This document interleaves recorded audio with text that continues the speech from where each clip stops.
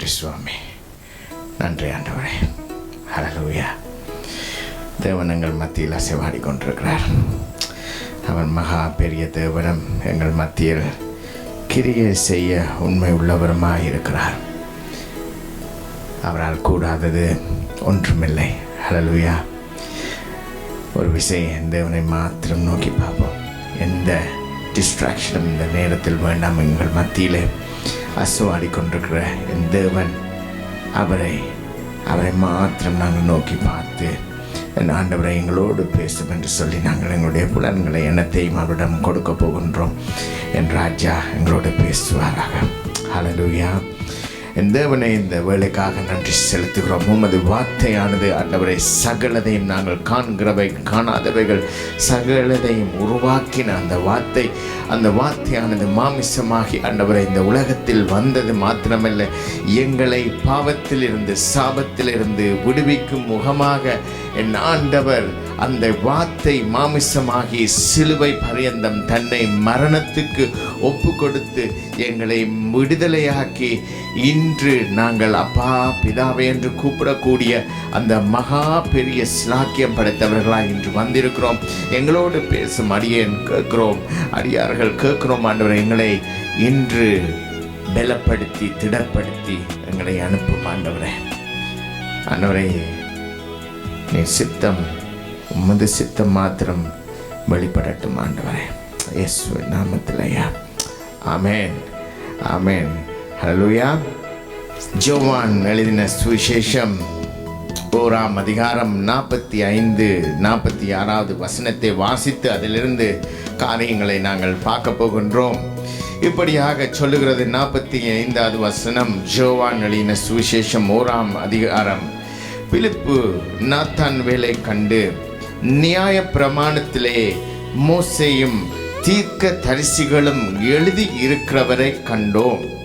அவர் யோசேப்பின் குமாரனும் நாசரேத்தூரானுமாகிய இயேசுவே என்றான். அதற்கு நாத்தான்வேல், நாசரேத்திலிருந்து யாதொரு நன்மையும் உண்டாக கூடுமா என்றான். அதற்கு பிலிப்பு, வந்து பார் என்றான் என்று யோவான் எழுதுகிறார் அவருடைய சுவிசேஷத்தில். பிலிப்பு நாத்தான்வேலில் பிலிப்பு எப்பொழுதும் அதிகமாய் ஜனங்களிடம் போய் பேசுகிறவனாய் இருக்கின்றான்.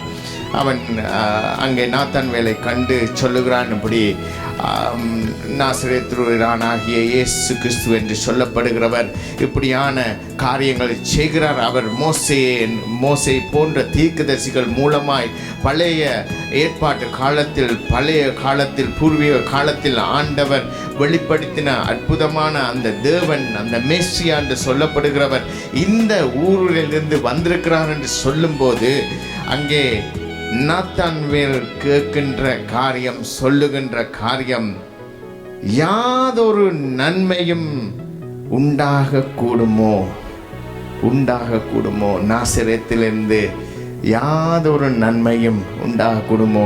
ஒரு விஷயம் நாங்கள் தியானிப்போம்.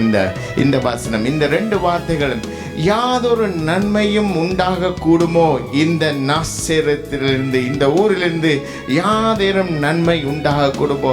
எங்களுடைய வாழ்க்கையில் அருமையானவர்களே, நாங்கள் கடந்து வந்த பாதைகள், எங்களுடைய வாழ்க்கையில் நாங்கள் மற்றவர்களை கண்டிருக்கிறோம். உலகத்தில் எத்தனையோ ஜனங்களை கண்டிருக்கின்றோம். ஆம், எங்களை பார்த்து கேட்டவர்கள் இருக்கின்றார்கள். யாதேனும் நன்மை இந்த மனுஷன், இந்த மனுஷியூடாக வருமோ என்று சொல்லத்தக்கதாய் அந்த நாசரேத்து ஊரை போன்ற வாழ்க்கை நாங்கள் வாழ்ந்து கொண்டிருக்கிறவர்களாக, மேபி ஈவன் வாழ நாங்கள் போகிறவர்களாக இருக்கின்றோம். ஆனாலும் இந்த வசனத்தில் இருந்து அற்புதமான காரியங்களை நாங்கள் பார்க்க போகிறோம். எங்கள் வாழ்க்கையை நாங்கள் நிதானித்து அருள போகின்றோம். இதன் மூலமாக என் தேவன் பலப்படுத்தி அவருடைய பிள்ளைகளாக, அவருக்கென்று வாழ்கிறவர்களாக எங்களை அனுப்ப என் ஆண்டவர் சித்தம் இன்று கொண்டிருக்கின்றார். அந்த நாசரேத்து ஊர் என்று அவன் கேட்கும்போது அவன் வேதத்தை அறிந்தவனாக இருக்கின்றான். அந்த வேதத்தில் பெத்லெகேம் தெரிவிக்கப்பட்டிருக்கின்றது, அங்கே எருசலேம் சொல்லப்பட்டிருக்கின்றது, இப்படியாக எல்லா ஊரும் சொல்லப்பட்டிருக்கிறது. ஆனால் அந்த நாசரேத்தை பற்றி எந்த நன்மையான காரியமும் வேதத்தில் காணப்படாத ஊராக இடமாக இருக்க அவன் அறிந்திருக்கிறபடியினால் நாத்தான்வேல் இப்படியாக கேட்கின்றான், யாதொரு நன்மையும் உண்டாக கூடுமோ என்று சொல்லி. அங்கே எந்த ஒரு தீர்க்கதரிசியும் உருவாகினதாகவோ அல்லது தீர்க்கதரிசனம் உரைத்ததாகவோ அல்லது அந்த இடத்தில் வாழ்ந்ததாகவோ காணப்படவில்லை இந்த வேதத்தில். அங்கே அந்த நகரமானது அது ஒரு சிறிய நகரமாக, எந்த ஒரு பிரபலமும் இல்லாத நகரமாக, அது எந்த ஒரு முக்கிய நகரமாக இல்லாததாக இந்த நாசரேத்து இருந்ததை நாங்கள் காணக்கூடியதாக இருக்கின்றது. இந்த நகரம் யாரும் கேள்விப்படாத நகரமாக, எந்த ஒரு பெரிய ஒரு கேந்திர முக்கியத்துவம் வாய்ந்ததுன்னு சொல்லுவாங்க. this is an important place for the geographically என்று சொல்லத்தக்க மாதிரி அந்த சூழ்நிலையில் அது ஒரு முக்கியமான நகராக காணப்படவில்லை. அதனால் ஜனங்கள் அதை புறக்கணித்தார்கள். அதை பற்றி கணக்கில் எடுக்காத நகரமாக இருந்தது. அந்த வேளையில் இப்படியாக நாசரேத்திலிருந்து இப்படியாக தேவன், அதாவது இயேசு கிறிஸ்து என்பவர் அங்கே செய்கிற காரியங்களை வந்து பார் என்று சொல்லத்தக்கதாய் அங்கே பிலிப்பு கேட்கின்றான். நாத்தான்வேல் சொல்லுகிறான், யாதொரு நன்மையும் அங்கே உண்டாகக்கூடுமோ, உண்டாகக்கூடுமோ, உண்டாகக்கூடுமோ. அதற்கு பிலிப்பு சொல்லுகிறான், அருமையானவர்களே, வந்து பார். எத்தனை பேர் எங்களுடைய வாழ்க்கையில் சொல்லக்கூடும், எங்களுடைய வாழ்க்கையை வந்து பாருங்கள், எங்களுடைய வாழ்க்கையை வந்து பாருங்கள். எங்களுடைய வாழ்க்கை ஒரு வறுமையான வாழ்க்கையாக இருக்கலாம், எல்லாரும் தோல்வி பெற்ற வாழ்க்கை போல இருக்கலாம், ஒன்றுமில்லாத வாழ்க்கை போல இருக்கலாம், எல்லாராலும் புறக்கணித்த வாழ்க்கை போல இருக்கலாம், எல்லாரும் கைவிடப்பட்ட ஒரு வாழ்க்கையாக இருக்கலாம். நாங்கள் கடனாளிகளை போல் ஒன்று முக்கியம் அற்றவர்களாய் வாழ்கிறவர்களாய் இருக்கின்றோம். அது உலகத்தாருக்கு. ஆனால் என் ஆண்டவரின் பிள்ளைகள் அங்கே யாரும் வந்து கேட்கும்போது வந்து பார் என்று சொல்லத்தக்க வாழ்க்கை நாங்கள் வாழ வேண்டியவர்களாக, கிறிஸ்துவினால் அழைக்கப்பட்டவர்களாக, பலம் பெற்றவர்களாக, புதிதாக உருவாக்கப்பட்டவர்களாக நாங்கள் வாழ வேண்டியவர்களாக என் ஆண்டவர் அழைத்திருக்கின்றார். இங்கே பழைய ஏற்பாட்டு காலத்திலேயோ அந்த காலத்திலேயோ ஒரு நன்மையும் அங்கு இருந்து வருவதாக இல்லாத ஊரிலிருந்து ஆண்டவர் இயேசு கிறிஸ்து அந்த ஊருக்கு வந்தபோது அந்த ஊரிலிருந்து அவர் வாழ்ந்து அவர் காரியங்களை செய்த போது அவர் சொல்லுகிறார்கள், வந்து பார், வந்து பார் என்று சொல்லி. இந்த ஒன்றுமில்லாத இடத்தை என் ஆண்டவர் மாற்றுகிறவர். அதுதான் என் ஆண்டவர் இல்லாதவைகளை இருக்கிறவைகளாய் அழைக்கிற தேவன் என்று சொல்லி வேதம் சொல்லுகிறது.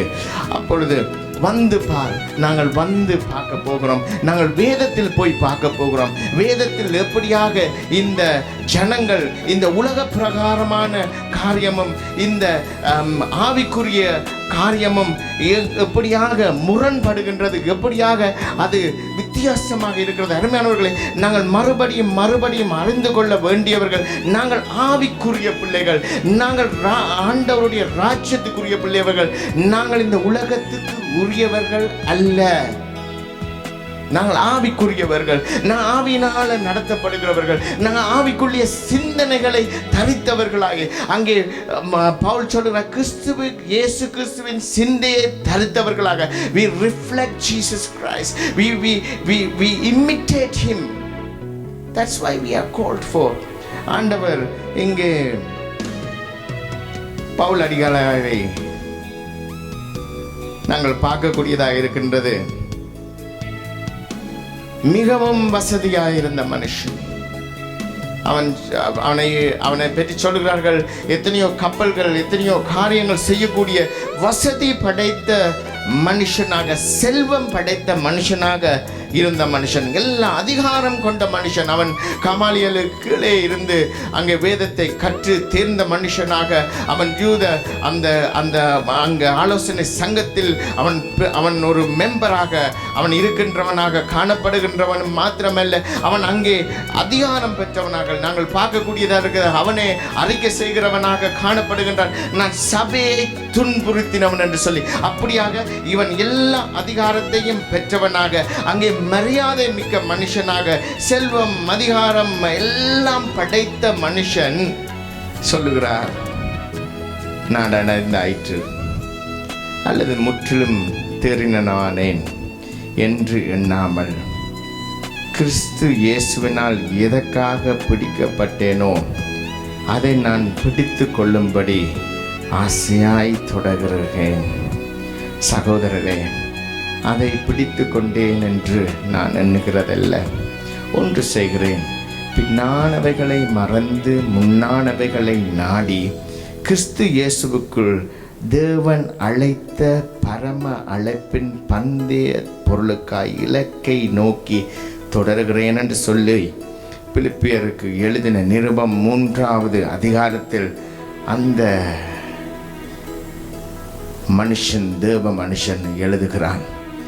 அவனுடைய வாழ்க்கை இதை எழுதும் பொழுது அவன் வயது சென்றவனாய் சிறைச்சாலையில் அவனுக்கு எப்படியான தண்டனை கிடைக்கும் என்று சொல்லி அறியாதவனாய், ஆனாலும் மரண தண்டனைக்கு ஏதுவான ஒரு மனுஷனாய், ரோம ராஜ்யத்துக்கு எதிரான மனுஷனாய் அங்கே அவன் குற்றம் சாட்டப்பட்டு சிறையில் வைத்திருக்கும் போது அங்கே அவன் எழுதுகிற காரியம், சிறைச்சாலை என்று நாங்கள் பார்த்தோம் என்று சொன்ன ஒரு நாசிரத்தை போலதான் அங்கிருந்து என்ன நல்ல காரியம் வரக்கூடும்? அங்கே யார் இந்த மனுஷனுடைய வார்த்தை எடுக்கக்கூடும்? அவன் ஒரு கிரிமினல், அவன் ஒரு பொல்லாதவன், அவன் ஒரு திருடன், அவன் ஒரு கொலைகாரன். இப்படியானவர்கள் தான் சிறைச்சாலையில் அடைக்கப்படுகிறவர்களாக நாங்கள் காணக்கூடியதாக இருக்கின்றது. அங்கிருந்து இப்படியான காரியம் எப்படி வருகின்றது? அருமையானவர்களே, நாங்கள் ஆவிக்குரியவர்கள், நாங்கள் இந்த உலகத்தார்கள் அல்ல. நாங்கள் மறுபடியும் இழுப்புண்டு இந்த உலகத்துக்குள்ளாக போகாதபடிக்கு என் தேவன் அங்கே அந்த அற்புதமான ஊழியக்காரனை கொண்டு சொல்லுகிறார், நான் அடைந்தாயிற்று அல்லது முற்றிலும் தேறினமான என்று எண்ணாமல் கிறிஸ்து இயேசுவினால் எதற்காக பிடிக்கப்பட்டேனோ அதை நான் பிடித்து கொள்ளும்படி ஆசையா தொடர்கிறேன். நாங்கள் சொல்லக்கூடுமா?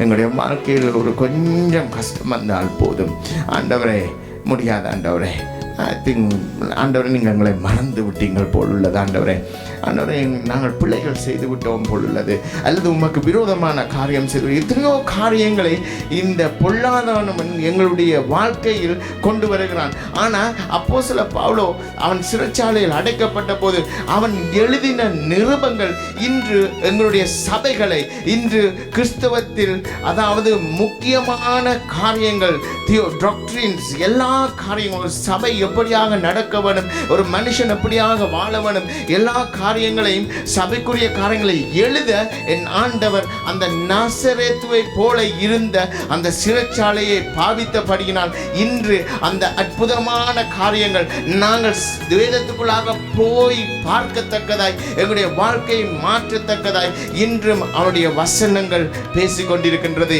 ஏனென்று சொன்னால் அவன் ஆவிக்குரிய மனுஷனாக இருந்தான். சிறையில் அவன் மனுஷ பிரகாரமாக, இந்த உலகத்து பிரகாரமாக அடைக்கப்பட்டிருந்தாலும் அவனுடைய சிந்தனைகள், அவனுடைய செயல்கள், அவனுடைய எண்ணங்கள் எல்லாம் ஆவிக்குரிய விதமாக இருந்தபடினால் என் ஆண்டவருடைய ராஜ்யத்துக்காக நான் அழைக்கப்பட்டேன், என் ஆண்டவருடைய ராஜ்யத்துக்காக நான் பிடிக்கப்பட்டேன்.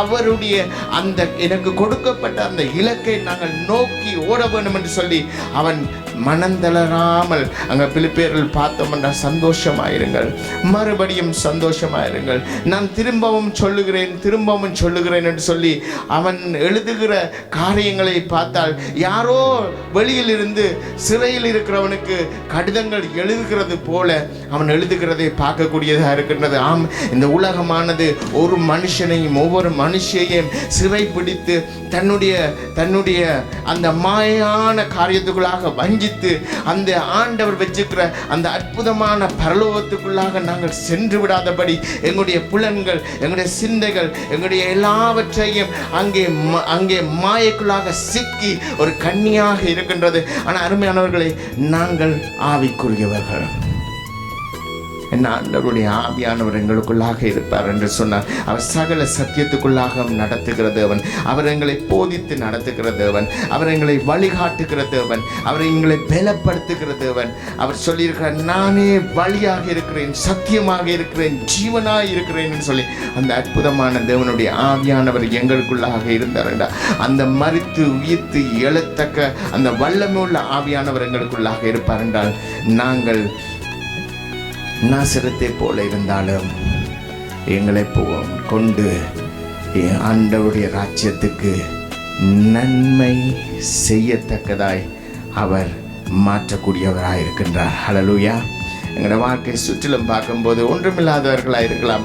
அந்த அப்போஸ்தலன் பவுலை பார்த்தால் அந்த சிறையில் இருக்கும்போது அவன் முதியவன், வயது சென்றவனாய் அவன் இருந்த வாழ்க்கை ஆனது, அவன் ஆண்டவரை தேடாமல் இருந்திருந்தான். அவன் நல்ல ராஜ வாழ்க்கை வாழ்ந்திருக்கலாம். ஆனாலும் அவன் பரலோகத்துக்கு அடுத்தவைகளை அவன் தேடினபடினால், அருமையானவர்களே, அவனுடைய வாழ்க்கை உலகத்தாருடைய கண்களுக்கு நாசரத்தை போல சிறையில் இருந்து அவன் செய்த காரியம்.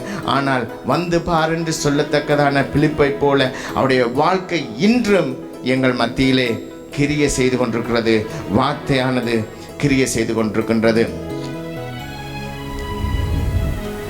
அவன் சொல்லுகிறான் பிலிப்பியர் 3:20, நம்முடைய குடியிருப்போ பரலோகத்தில் இருக்கிறது, அங்கிருந்து கர்த்தராயிருக்கிற இயேசு கிறிஸ்துவை நம் இரட்சகர் வர எதிர்பார்த்து கொண்டிருக்கின்றோம். இப்படியாக பிலிப்பியருக்கு எழுதின நிருபம் 3:20 சொல்லுகிறார்.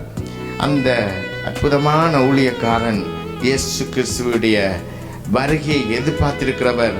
அவர் சொல்லுகிறார், என்னுடைய குடியிருப்பானது பரலோகத்தில் இருக்கின்றது என்று சொல்லி. நாங்கள் இங்கே வீடுகளை கட்டலாம், இங்கே நாங்கள் எத்தனையோ காரியங்களை செய்யலாம், வாகனங்களை வாங்கலாம், நாங்கள் எங்களுடைய பிள்ளைகளுக்கு சேர்த்து வைக்கலாம், எத்தனையோ காரியங்கள். ஆம், மனுஷராக பிறந்தவர்களுக்கு எல்லாம் கடமைகள் என்று இருக்கின்றது. அதை செய்ய வேண்டியவர்களாக நாங்கள் நிர்பந்தம் படித்த மனுஷர்களாகவும் இருக்கின்றோம்.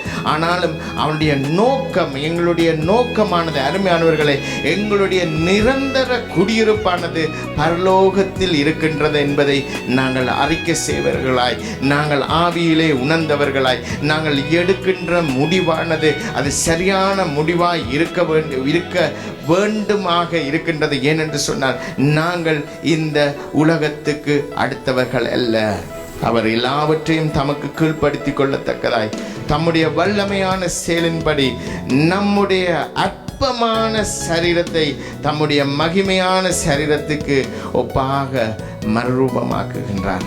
எவ்வளவு அற்புதமான வசனத்தை, என்ன வார்த்தைகளை அந்த அப்போஸ்தலர் எழுதுகிறார். அந்த ஊழியக்காரன் எங்களுடைய சரீரத்தை மகிமை உள்ள சரீரமாய் மாற்றுவார். எங்களுடைய சரீரத்தில் பலவீனம் இருக்கலாம், நாங்கள் வயது சென்றவர்களாய் இருக்கலாம், எங்களால் பெரிய காரியங்கள் செய்யக்கூடாதா இருக்கலாம்.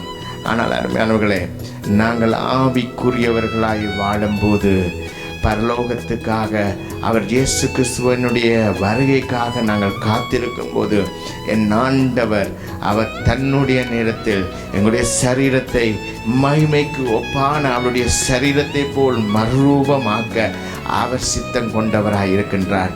எங்களுடைய வாழ்க்கை நாசரேத்தை போல இருந்தாலும் அங்கே நன்மை வருமோ, எங்களுடைய வாழ்க்கையில் நன்மை வருமோ என்று நாங்கள் கூடி ஒரு விஷயம் சிந்தித்தவர்களாக இருந்தாலும், என் ஆண்டவருடைய பிள்ளைகளாக நாங்கள் அவருடைய ராஜ்யத்தின் பிள்ளைகளாக வாழும்போது, ஆம், நிச்சயமாக எங்களுடைய வாழ்க்கை மூலமாக நன்மையானது கிடைக்க என் ஆண்டவர் செய்ய அவரால் கூடாதது ஒன்றுமில்லை.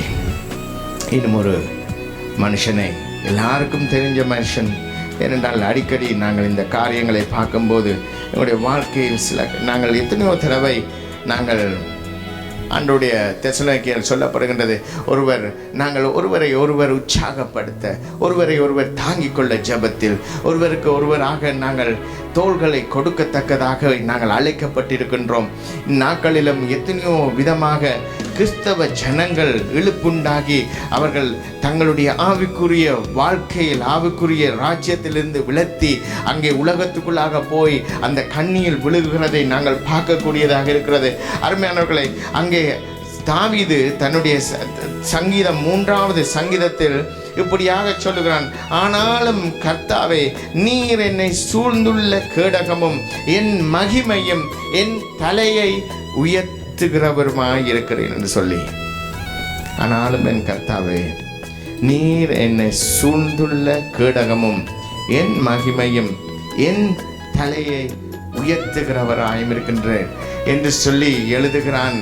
இந்த சங்கீதத்தை பாடியிருக்கிறான். அருமையானவர்களே, அவன் எந்த சூழ்நிலையில் பாடுகிறான், எந்த சூழ்நிலை எழுதியிருக்கிறான் என்று சொன்னால் அங்கே சொல்லப்படுகிறது இப்படியாக, அப்சலோமுக்கு பயந்து தப்பி அவன் ஓடுகிற போது அவன் வயது முந்தவனாய் இருக்கிறான். அந்த வேளையில் அவன் தன்னுடைய ராஜ்யத்தை விட்டு ஓடுகின்றான், தன்னுடைய பிள்ளையினால் வஞ்சிக்கப்படுகின்றான், தன்னுடைய குடும்பத்தாரை விட்டு வருகின்றான். அங்கே ஒருத்தன் பார்த்து அவனை கேவலமாக கதைக்கக்கூடிய அளவுக்கு அவன் எல்லாவற்றையும் இழந்து பரிவாரங்களுடன் ஓடி போகின்றான். அங்கே ஓடி போகும்போது அவன் சொல்லுகிறான், ஆனாலும் கர்த்தாவே நீர் என்னை சூழ்ந்துள்ள கேடகம் என் மகிமை என் தலையை உயர்த்துகிறவராயும் இருக்கின்றேன்னு சொல்லி. இதுதான் ஆவிக்குரிய வாழ்க்கை. அருமையானவர்களே, இதுதான் ஆவிக்குரிய வாழ்க்கை. எங்கள் உலகத்தில் we may be failed many times, we may be a failure in people's eyes, we may be insignificant people, we may look like nothing in the sight of the world, but yet I tell you something, this is by the Lord's Spirit, the God's Holy Spirit. If He lives and dwells in you, that you are belong to His kingdom, அவருடைய ராஜ்யத்துக்கு ஏதுவான பிள்ளைகளாய் இருக்கும்போது, உலகத்தில் தோற்றவனாய் அங்கே ஓடுகிற போது அவன் சொல்லுகிறான், என்னை சூழ்ந்து கொள்ளுகிற கேடகம் நீர் என்று சொல்லி, என்னுடைய மகிமை நீங்கள் என்று சொல்லி, என் தலையை உயர்த்துகிறவர் என்று சொல்லி அவன் சொல்லுகிறான். 4வது வசனத்தில், நான் கர்த்தரை நோக்கி சத்தமிட்டு கூப்பிட்டேன், அவர் தமது பரிசுத்த பர்வதத்திலிருந்து எனக்கு பதில் அருளினார். நான் படுத்து நித்திரை செய்தேன், விழித்து கொண்டேன், கர்த்தர் என்னை தாங்குகின்றார். நாங்கள் இலங்கையில் இருந்து அதிகமாய் யுத்தத்தினால் பாதிக்கப்பட்டு வந்தவர்களாக இருக்கின்றோம். யுத்தம் என்பதை நாங்கள் ஃபர்ஸ்ட் ஹேண்ட் நாங்கள் அனுபவித்தவர்களாக இருக்கின்றோம். உங்களுக்கு தெரியும், நாங்கள் ஓடி போயிருக்கின்றோம், மறைவுகளுக்காக பாதுகாப்புகளுக்காக ஓடி போயிட்டுருக்கோம். நாங்கள் எத்தனை பேர் சொல்லக்கூடும் அந்த வேளையில் நாங்கள் நித்திரை கொண்டிருக்கின்றோம் சொல்லி. எத்தனை பேர் நாங்கள் துணிவாக நித்திரை கொள்ளலாம் என்று சொல்லி நித்திரை படுக்கை விடுத்து படுத்திருக்கின்றோம். களைப்பினால் அசதியினால் அல்லது எங்களால் முடியாது என்ற வேளையில் நாங்கள் நித்திரைக்கு போயிருப்போம். ஆனால் நாங்கள் நித்திரைக்கு போவதை எவ்வளவு அதிகமாய் நாங்கள் அதை தவிர்த்து கொள்ளக்கூடுமோ அதைத்தான் நாங்கள் விரும்பி இருக்கிறோம். ஏனென்று சொன்னால் அடுத்த இடம் எப்படி போக வேணும், எங்கே தப்ப வேணும், எங்கே ஓட வேணும்னு சொல்லி ஒரு யுத்தத்தில் இருந்து ஒரு சேனையை ஒரு அவனை கொல்லும் முகமாக அவனுடைய பிள்ளையுடைய படைகள் வந்து கொண்டிருக்கின்றது. ஆனால் இவன் சொல்லுகிறான், நான் படுத்து நித்திரை செய்தேன் என்று சொல்லி விழித்து கொண்டேன், கர்த்தர் என்னை தாங்குகிறார். இதுதான் அருமையானவர்களே ஆவிக்குரிய மனுஷியுடைய வாழ்க்கை. That is a secret, that is a strength for ourselves, that who are guided and lived and give their everything for His kingdom. அவருடைய வாழ்க்கை, அவருடைய ராஜ்யத்துக்கென்று நாங்கள் எங்களை முழுமையாக ஒப்பு கொடுத்து அவருக்கென்று வாழும்போது, என் தேவனுடைய ஆவியானவர் எங்களுக்குள்ளாக இருக்கும்போது நாங்கள் சொல்லலாம், எந்த வேளையிலும் நான் படுத்து நித்திரை செய்தேன், நான் விழித்து கொண்டேன். யோசித்து பாருங்கள், அந்த எதிரானவர்கள் வரும்போது எத்தனை பேர் விழித்து கொள்ள முடியும்? இந்த உலகத்து மக்கள்கள் ஓடி போகிறார்கள், அங்கே யுத்த நிமித்தமாக தங்களை பாதுகாக்க போகிறார்கள். அங்கே எத்தனை பேர் அந்த யுத்தத்தினாலே மறுநாள் அவர்கள் விழித்து கொள்ளாதபடிக்கு அங்கே மரணம் அவர்களை காவு கொண்டதை காணக்கூடியதாக இருக்கின்றது. ஆனால் இந்த மனுஷன், ஆண்டவருடைய மனுஷன் சொல்லுகிறான், நான் படுத்து நித்திரை செய்தேன், விழித்து கொண்டேன், கர்த்தர் என்னை தாங்குகிறார். இதுதான் இந்த நாசரேத்து போல எங்களுடைய வாழ்க்கை ஒன்றுமில்லாமல் இருந்தாலும் அந்த வேளையிலும் நன்மையை கொண்டு வர கூடும் அந்த இயேசு கிறிஸ்துவினால். அருமையானவர்களே, என் தேவன் எங்களுடைய வாழ்க்கையை நன்மையாக பாலும் தேனும் ஓடுகிற அந்த யூதேயா தேசம், அங்கே இஸ்ரவேல் தேசத்தை போய் பார்த்தீர்கள் சொன்னால் பாலைவனங்கள் தான் அதிகமாக இருக்கும். அங்கே மரங்களை காண முடியாது. ஆனால் ஆண்டவர் சொல்வார், நான் உங்களுக்கு பாலும் தேனும் ஓடுகிற தேசத்தை கொடுப்பேன் என்று சொல்லி. ஆனால் அருமையானவர்களை, இன்றைய நாளிலும் இந்த சிட்ரஸ் என்று சொல்லத்தக்கதாய் இந்த அருமையான பல வகைகளை உலகத்துக்கு எல்லா நாடுகளுக்கும் அனுப்பக்கூடிய அந்த சிறிய நாடு இஸ்ரவேல் தேசமாக இருக்கின்றது. ஆண்டவருடைய வாக்குத்தத்தம் அற்புதமான வாக்குத்தத்தம், அது போய் சொல்ல மாட்டாது. அந்த அற்புதமான தேவன் இந்த நாளிலும் எங்களுடைய வாழ்க்கை நாசரேத்தை போல உள்ளதா? ஒன்றுமில்லாதவர்கள், பிரயோசனமற்றவர்கள், மற்றவர்களால் ஒதுக்கப்பட்டவர்கள், தோல்வி அடைந்தவர்கள், தெரியாதவர்கள் என்று சொல்லி அடுக்கிக் கொண்டு போகத்தக்கதான வாழ்க்கை உலகத்தார் கண்களில் காணக்கூடியதாக இருக்கின்றதா? ஆண்டவரை அறிந்தவர்கள் ஒரு காரியத்தை சொல்லுகிறேன். இன்றைய நாளிலும் எங்கள் வாழ்க்கையில் கொடுக்கப்பட்ட தீர்க்க தரிசனங்களை எண்ணி பாருங்கள். எங்கள் வாழ்க்கையில் ஊழியக்காரர்களாய் கைகளை வைத்து அவர்கள் ஒவ்வொரு காரியத்தை எங்களுடைய வாழ்க்கை காலகட்டங்களில் ஒவ்வொரு தீர்க்க தரிசனங்களை சொல்லியிருப்பார். அவரை இன்னும் ஒரு ஊழியக்காரனால் ஊர்ஜிதப்படுத்தி, அதாவது he affirm it with another person or otherwise he will confirm it in a way that you will understand this is the prophecy that is for you specifically. இந்த நாளில் அருமையானவர்களே, நான் கேட்கின்ற காரியம், ஆம், நாங்கள் நாசரத்தை போல வாழ்ந்து கொண்டிருக்கலாம், இழந்தவர்களாய் இருக்கலாம். ஆனால் ஒன்று கேட்கிறேன், உங்களுடைய வாழ்க்கையில் கொடுக்கப்பட்ட தீர்க்க தரிசனங்களை நீங்கள் ஒரு விசை எப்பொழுதாவது யோசித்து பார்த்ததுண்டா? அதை நினைவுபடுத்தி கொண்டது உண்டதா? அதன் மூலமாய் தேவனை மகிமைப்படுத்தினது உண்டா? அதன் மூலமாய் எனக்கு ஒரு நாள் வரும் என்று சொல்லி நீங்கள் நினைத்ததுண்டா? அங்கே அப்போஸ்தலர் பவுல் தீமோத்தேயுக்கு எழுதும்போது சொல்லுகிறார், மூப்பராகிய சங்கத்தார் உன் மேல் கைகளை வைத்த போது தீர்க்க தரிசனத்தினால் உனக்கு அளிக்கப்பட்ட வரத்தை பற்றி அசதியாகிறாதே என்று சொல்லி அங்கே 1 தீமோத்தேயு 4:14 சொல்லுகின்றார். எங்களுடைய வாழ்க்கையில் எத்தனை தீர்க்க தரிசனங்களை ஆண்டவர் சொல்லியிருக்கிறார். Maybe we are still in Nazareth. Maybe we are not we haven't seen that the promises to come to pass in our lives. ஆண்டவர் சொன்ன வாக்குத்தத்தங்கள் எங்களுடைய வாழ்க்கையில் நடந்துராததாக இருக்கலாம், காணப்படலாம். ஆனால் எத்தனை தடவை நாங்கள் அதை நினைவு கூர்ந்து ஆண்டவருக்கு நன்றி செலுத்தியிருக்கிறோம்? எத்தனை தடவை நாங்கள் அந்த வசனங்களை அசதியாக விட்டவர்களாக இருக்கின்றோம்? எத்தனை தடவை நாங்கள் நம்பிக்கையற்றவர்களாக இருக்கின்றோம்? ஆண்டவருடைய வாக்குத்தத்தங்கள் எல்லாவற்றையும் நாங்கள் எங்களுக்கு என்று எடுக்கும் போது அவருடைய நாமம் மகிமைப்படுகின்றது என்று சொல்லி வேதம் சொல்லுகிறது. அருமையானவர்களே, இந்த தீமோத்தேயுக்கு அப்போஸ்தலர் பவுல் சொல்லுகிறார், உன் மீது வைக்கப்பட்ட போது கைகளை வைக்கப்பட்டு தீர்க்க தரிசனத்தினால் உனக்கு அளிக்கப்பட்ட வரங்களை பற்றி நீ அசதியாரு. உங்கள் மீது ஆண்டவர் கொடுத்த தீர்க்க தரிசனங்கள், உங்கள் மீது ஆண்டவர் கொடுத்த வரங்களை நாங்கள் எத்தனை பேர் அதை பயன்படுத்துகிறவர்களாக நாங்கள் வாழ்ந்து கொண்டிருக்கோம்? இல்லாது எங்களை வாழ்க்கை நசரத்தை போல இருக்கிறது. ஆண்டவரே, என்ன பிரயோசனம் ஆண்டவரே?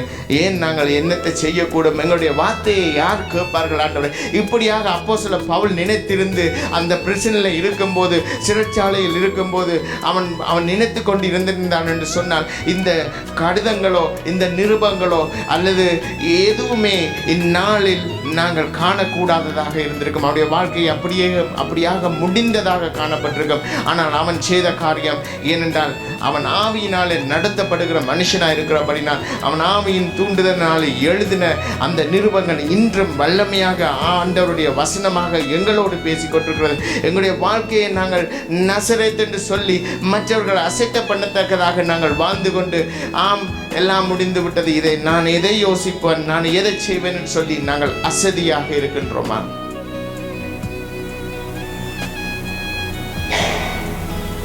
உண்டாக கூடுமா? நன்மை ஏதும் உண்டாக கூடுமா என்று பிலிப்பு இடம் கேட்டபோது வந்து பார் என்று சொன்னவர். அருமையானவர்களே, இந்த நாசரேத்தில் இருந்து வாழ்ந்து வந்த இந்த தேவாதி தேவன் 3.5 வருஷங்களுக்கு பின்பாக அந்த தீர்க்கதரிசிகளால் சொல்லப்பட்ட அவரை குறித்த எல்லா தீர்க்க தரிசனங்களும் நிறைவேறும் முகமாக சிலுவையில் பலியாகின தேவன் மாத்திரமல்ல, எங்களை விடுவித்த தேவனாய், எங்கள் பாவங்களுக்கு விடுதலை கொடுத்த ஒரு தேவனாய், எங்கள் நோய்களை சோமாக்கின தேவனாய், எங்களை சாவிலிருந்து மீட்ட தேவனாய், என் ராஜாதிராஜன் 3.5 வருஷங்களுக்கு பின்பாக அவர் செய்த மகத்துவமான காரியம் சிலுவையிலே அது நிறைவேறினது.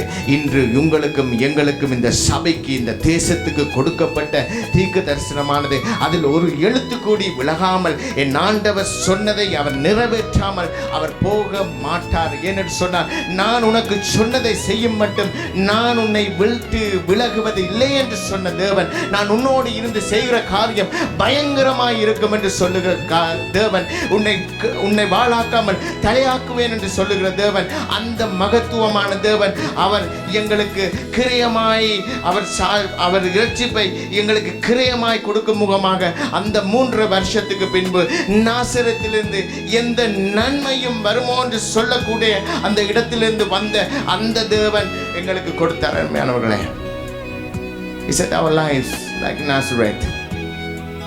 But உங்களுடைய வாழ்க்கையிலே ஆண்டவருடைய தீர்க்க தரிசனங்கள் இருக்கும் என்று சொன்னார், ஆவியானுடைய ஆளுகை இருக்கும் என்று சொன்னார்.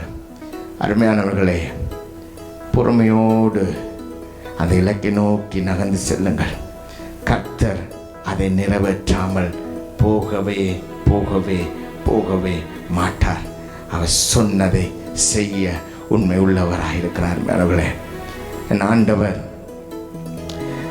எபிரேயர்களின் 10:19 இப்படி சொல்லுகிறது, நாங்கள் பரிசுத்த ஸ்தலத்தில் பிரவேசிப்பதற்கு இயேசுவானவர் தமது மாமிசமாகிய திரையின் வழியாய் புதிதும் ஜீவனுமான மார்க்கத்தை நமக்கு உண்டு பண்ணினார் என்று சொல்லி, அந்த நாசரத்தின் மூலமாக தேவனுடைய மகா பரிசுத்த பிரசன்னத்துக்குள்ளாக நாங்கள் நுழையும் முகமாக அந்த எந்த நன்மையும் வருமோ என்று சொல்லத்தக்கதான அந்த நாசரத்திலிருந்து வந்த என் தேவன் எங்களுக்கு வழிகளை திறந்து சமைத்து கொடுத்தார். அருமையானவர்களே, அந்த ஆண்டவர் எங்களோடு பேசிக்கொண்டிருக்கின்றார்.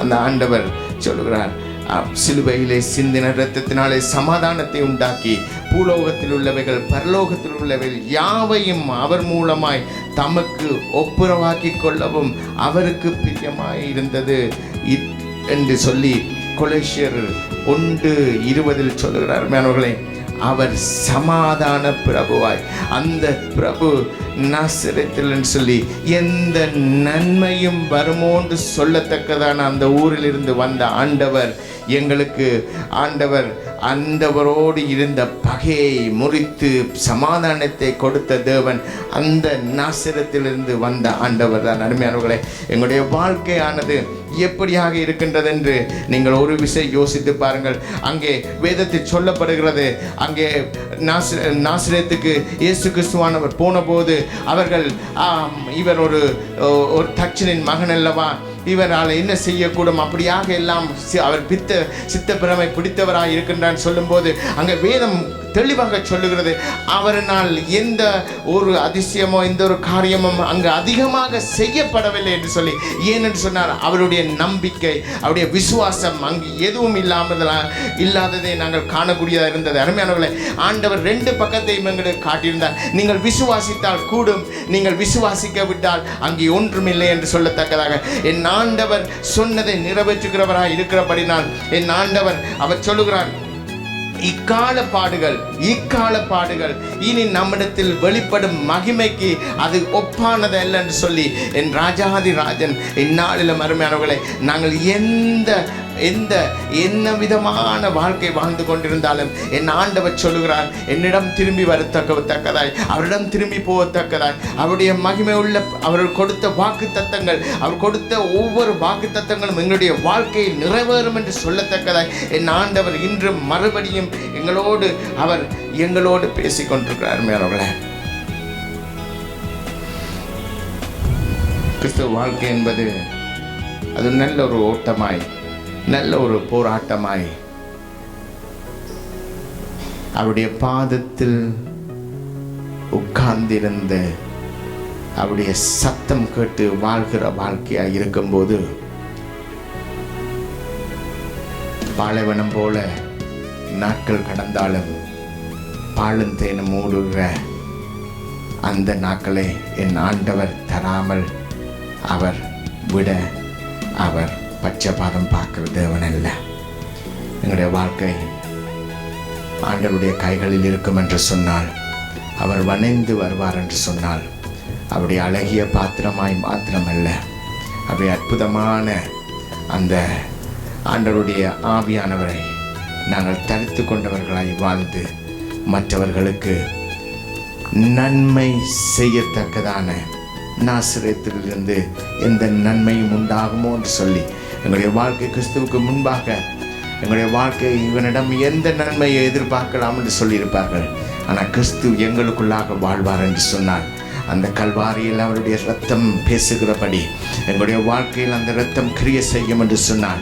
எங்களுடைய வாழ்க்கையானது மற்றவர்களுக்கு பிரயோசனமாய், எங்களுடைய வாழ்க்கையான மற்றவர்களுக்கு நன்மை செய்கிறார். எங்களுடைய வாழ்க்கையான மற்றவர்களுக்கு ஜீவன் கொடுக்கத்தக்கதாய், எங்களுடைய வாழ்க்கையான மற்றவர்களுக்கு கை கொடுக்கத்தக்கதாய், எங்களுடைய வாழ்க்கையானது அவருடைய அன்பை கொடுக்கத்தக்கதாய், எங்களுடைய வாழ்க்கையானது அவருடைய சித்தத்தின் மையத்தில் வாழ்கிற வாழ்க்கையாய் ஆண்டவர் இந்த நசரத்திலிருந்து நன்மையை தர உண்மையுள்ளவராக இருக்கின்றார். அருமையானவர்களே, இன்றும் எங்களுடைய வாழ்க்கையை நாங்கள் ஒரு விஷயம் சிந்தித்து பார்ப்போம். அவருடைய சிலுவை பாடுகளை நாங்கள் சிந்தித்து பார்ப்போம். என் ஆண்டவர் சொன்னவர், அவருடைய மகிமையான பரிசுத்த பரலோகத்தில் நாங்கள் அவரோடு அந்த உன்னதத்தில் நாங்கள் உட்காரும் முகமாக எங்களை எல்லா பாடுகளுக்குள்ளாகவும் அழைத்து சமாதானத்தின் பிரபு எங்களை சமாதானத்துக்குள்ளாக எங்களை நடத்தி செல்லுகிற தேவன், எங்களுக்கென்று அழியாததும் அங்கே அங்கே அங்கே அங்கே பூச்சிகள் அரிக்காத அந்த பரிசுத்தமான அந்த பரலோகத்தை எங்களுக்கு வைத்திருக்கிற அந்த ஆண்டவர், அந்த ட்ரெஷரை வைத்திருக்கிற ஆண்டவர், இந்நாளில் மறுமையானவர்களே, எங்களுடைய வாழ்க்கை மற்றவர்களுக்கு நன்மை செய்கிற வாழ்க்கையாய், மற்றவர்களுக்கு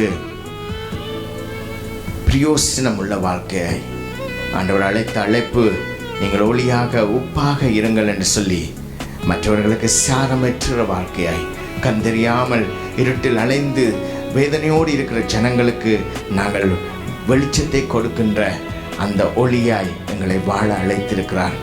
இந்த நாசரேத்தை போல எங்கள் வாழ்க்கை இதுவரை காலமும் இருந்திருந்தால், அருமையானவர்களே, நிச்சயமாக என் ஆண்டவருக்குள்ளாக நாங்கள் வாழும்போது அந்த ஆண்டவர் நன்மைகளை கொடுக்கும் முகமாக வந்து பார் என்று சொல்லத்தக்கதாக எங்களுடைய வாழ்க்கை ஒரு சேலஞ்சாக ஆண்டவர் மாற்ற உண்மை உள்ளவராக இருக்கிறார்.